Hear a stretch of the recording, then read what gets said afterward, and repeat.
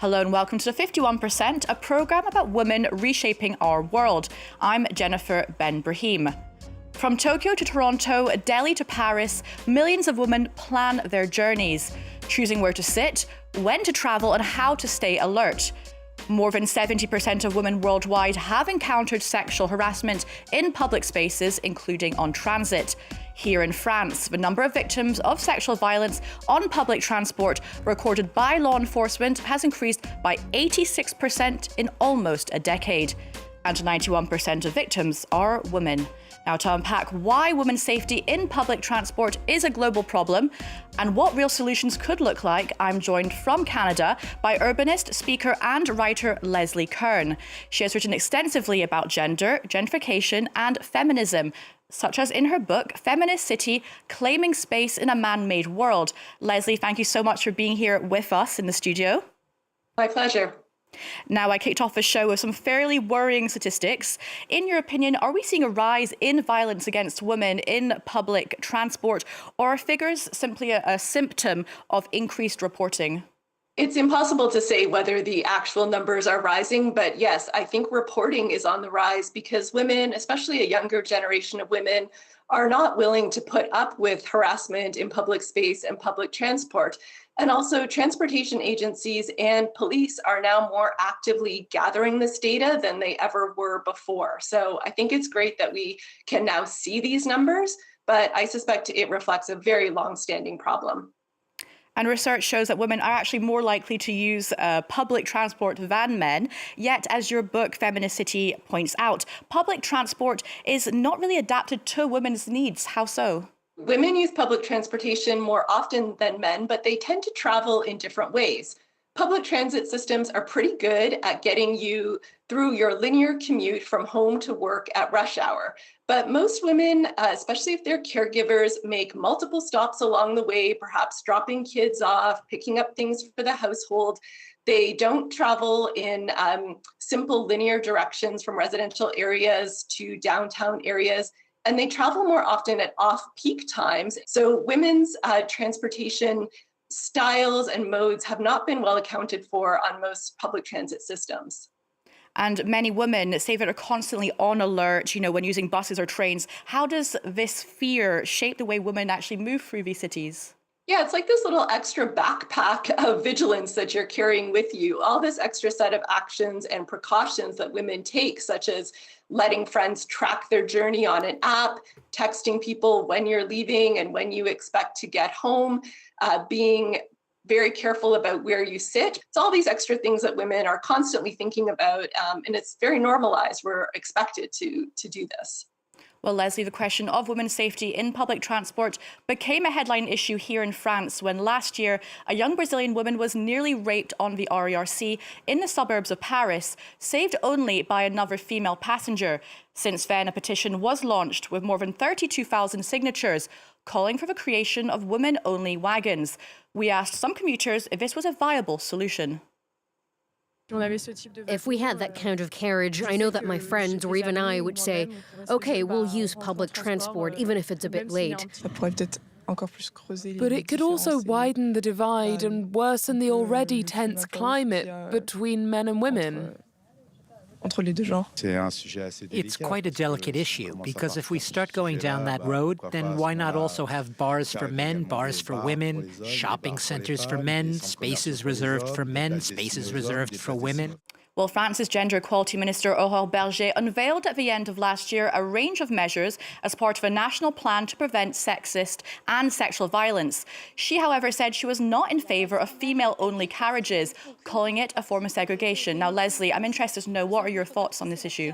I think as a stopgap measure, these kinds of women-only carriages can be useful because women and girls deserve to get to work and to school, to wherever they want to go, safely and without fear of harassment.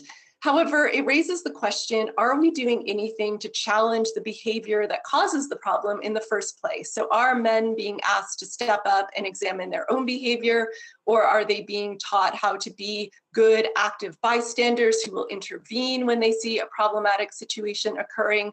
So I think if we move towards women-only carriages, it has to be coupled with broader and longer term social policy around education and really challenging the roots of the sexist attitudes that lead to this kind of behavior in the first place. Well, many countries around the world have in fact introduced women-only carriages, such as Japan, Egypt, Brazil, and in India, where millions of women rely on public transport. In cities like Mumbai and Delhi, they have had to grapple with harassment, dilapidated infrastructure, and a lack of accountability, turning an ordinary commute into a risky travel. This report by reporters Hansa Yunid and Joubert Dar. Every day, thousands of women travel through the Delhi metro. Many of them choose the women-only coach, like Ritvika.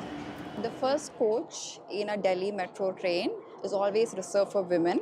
So this is to ensure that they are segregated from the general coaches and the instances of sexual harassment can reduce. She works for an NGO that partners with the government to make public transport safer by recommending changes like better lighting, safer bus stops, taxi stands, and additional CCTVs in isolated areas. Shall we? Okay. Despite these efforts, the last mile journey often remains unsafe.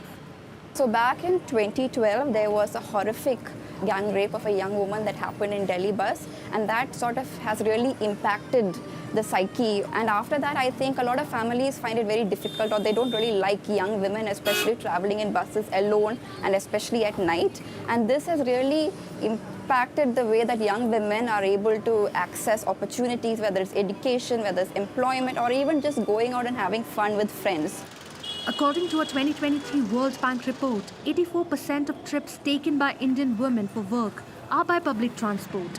Yet many say safety measures only exist on paper. I often travel by bus. Twice I've faced harassment too.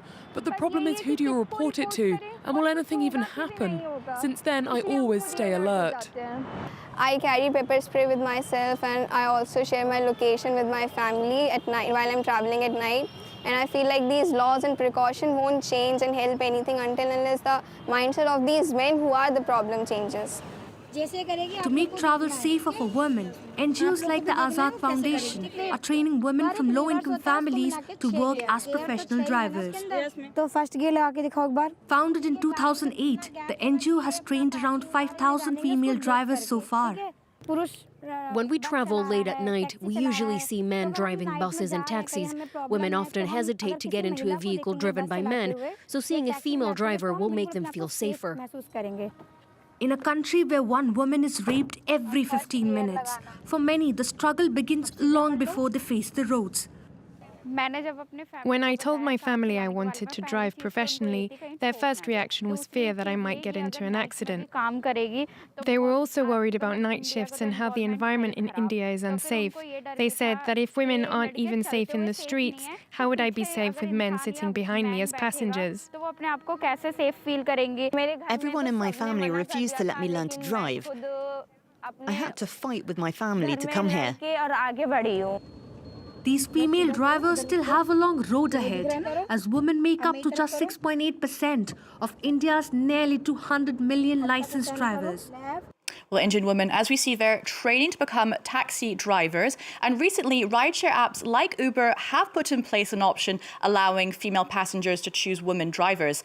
That's after thousands of sexual harassment and assault lawsuits against male counterparts. Consequently, male drivers in California are suing, claiming discrimination and that the move has had an impact on their economic opportunities.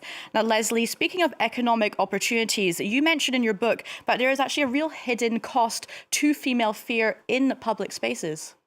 Absolutely. It's a version of the pink tax. We all know that consumer products marketed to women often have an increased price tag. But in the world of transportation, the pink tax refers to the fact that women often spend more of their, out-of-pocket income on transportation options. So this could look like choosing to take a cab home at night or in an area where you don't feel as safe, rather than taking the cheaper options of public transportation, walking, or cycling. So it's like an added tax onto your daily activities. And I mentioned a bit earlier about the attack in Paris and how just one woman came forward to help the victim. And often when harassment happens on public transport, many witnesses stay silent. How does this kind of bystander effect contribute to women feeling unsafe? Yeah, it's really unfortunate because people feel like they can't count on their fellow citizens to stand up for them. I think a lot of people don't really know how to intervene. It's not that people want to see violence happening against someone else, but they either fear for themselves or they're not sure what to do. So I think we can start with different types of education into bystander intervention tactics so that people can be trained. We could also use public education campaigns on transit itself in the form of posters or announcements that encourage people to step up and speak. There's also technological interventions that can help, whether those are panic buttons or emergency reporting systems through your mobile phone, so that people can reach out for help even if they don't feel comfortable stepping up in that moment. However, I would encourage people, when it's safe for you to do so, to always step up and say something, because the reason this behavior goes unchecked is because too often it is tolerated, or we turn a blind eye to it.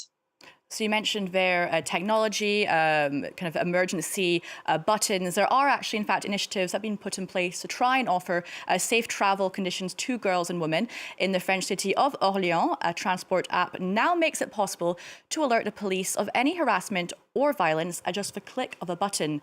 Now, Leslie, what other initiatives can you think of off the top of your head that for you kind of give some hope that change is possible?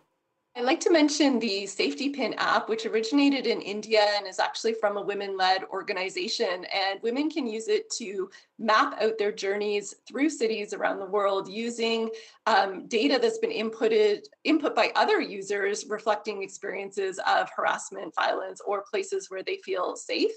Cities like my own hometown of Toronto have what's called a request stop program on buses, where women or anyone traveling late at night can ask the driver to let them off in between the normal stops so that they could have a safer walk home or get off the bus quickly if they need to.